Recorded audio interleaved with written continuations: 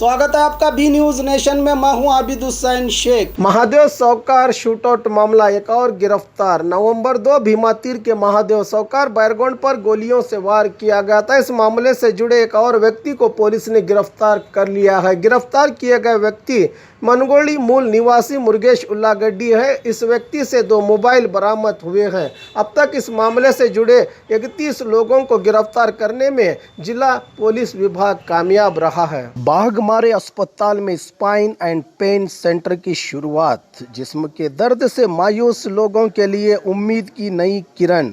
Intervention spine and pain physician के माहिर doctor Nazir Ahmed Kudligi MBBS MD FIPM करेंगे आपके मायूस बीमारी का उम्मीद से भरपूर इलाज।